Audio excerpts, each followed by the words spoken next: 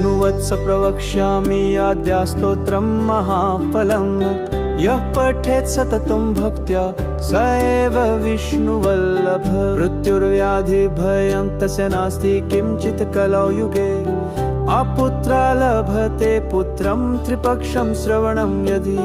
वमासौ बन्धनान् मुक्ति विप्रर्वक्त्रात् श्रुतं यदि व्रतवत्सा जीववत्सा षण्मासं श्रवणं यदि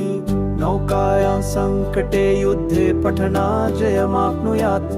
लिखित्वा स्थापयेत् गेहेनाग्निचौरभयं क्वचित् राजस्थाने जयी नित्यं प्रसन्नाः सर्वदेवता औरीं ब्रह्माणि ब्रह्मलोके च वैकुण्ठे सर्वमङ्गला इन्द्राणी अमरावत्यामविका वरुणालये